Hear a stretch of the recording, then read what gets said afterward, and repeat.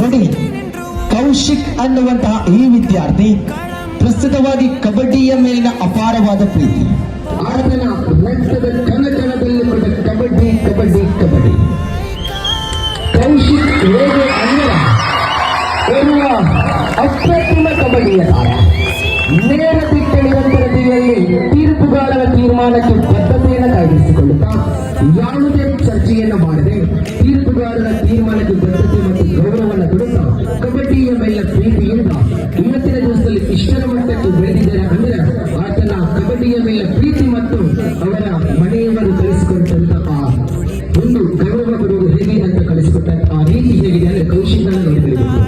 ಹೇಗಿದೆ ಅಂದ್ರೆ ನಾನು ಕಳೆದ ಒಂದೆರಡು ತಿಂಗಳಿಂದ ಈ ಪಂದ್ಯಾಟದ ಆಯೋಜನೆಯಲ್ಲಿ ಆದಾಗ ನನಗೆ ಒಂದೆರಡು ತಿಂಗಳ ಹಿಂದೆ ಆತ ತಡೆ ಮಾಡ್ತಾರೆ.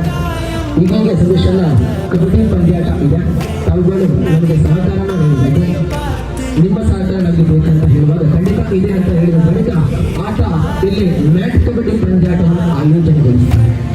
ಆ ಮ್ಯಾಟ್ ಕಬಡ್ಡಿ ಪಂದ್ಯಾಟ ಆಯೋಜನೆಗೊಳಿಸಲು ಕಾರಣ ಕೂಡ ಇದೆ. ನಿಜವಾಗಿಯೂ ಇಲ್ಲಿಯ ಪ್ರಾಂಶುಪಾಲರು ಇಬ್ರಾಹಿಂ ಸರ್ಗೆ ನಾನು ತುಂಬುವುದೇನ ಅಭಿನಂದನೆ ಹೇಳ್ತೇನೆ. ಯಾಕೆ ಅಂದರೆ ನೋಡಿ, ಕಳೆದ ವರ್ಷದ ಕಬಡ್ಡಿಯ ಪಂದ್ಯ ಆತನ ಎದುರಿಗೆ ಕಬಡ್ಡಿಯನ್ನು ಆಡಲು ಮಾತ್ರ ಅವಕಾಶ ಇಲ್ಲ ಅನ್ನುವ ಬಗ್ಗೆ ಸಹ ಬಹಳಷ್ಟು ವಿಡಿಯೋ ಕೂಡ ಅದು ವೈರಲ್ ಆಗಿದೆ.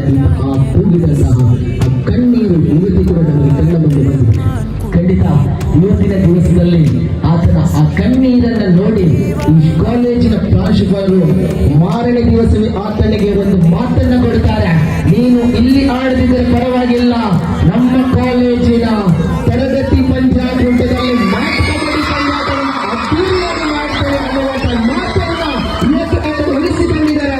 ಪ್ರಾಂಶುಪಾಲರಿಗೆ ಮತ್ತು ಎಲ್ಲ ಉಪನ್ಯಾಸಕರಿಗೆ ತುಂಬ ಹೃದಯದ ಅಭಿನಂದನೆ ತಿಳಿಸಿಕೊಡ್ತಾ ಒಂದು ವೇಳೆ ಇಂತಹ ಕಬಡ್ಡಿಯ ಮೇಲಿನ ಪ್ರೀತಿ ಇವತ್ತು ದಿವಸ ಇಷ್ಟರ ಮಟ್ಟಿಗೆ ಬಂದಿದೆ. ಎಲ್ಲ ಕ್ರೀಡಾಪಟುಗಳಿಗೆ ತುಂಬ ಅಭಿಮಾನಿಗಳನ್ನ ಗಳಿಸಿಕೊಂಡಂತ ಓರ್ವ ಕಬಡ್ಡಿ ಆಟಗಾರನೆಂದರೆ ಅದು ಕೌಶಿಕ್. ಆತನ ಕಬಡ್ಡಿಯ ಜೀವನ ಬಹಳಷ್ಟು ಉಜ್ವಲವಾಗಲಿ ಎಂದು ಅವರನ್ನು ಆಶೀರ್ವದಿಸಿಕೊಳ್ತಾರೆ.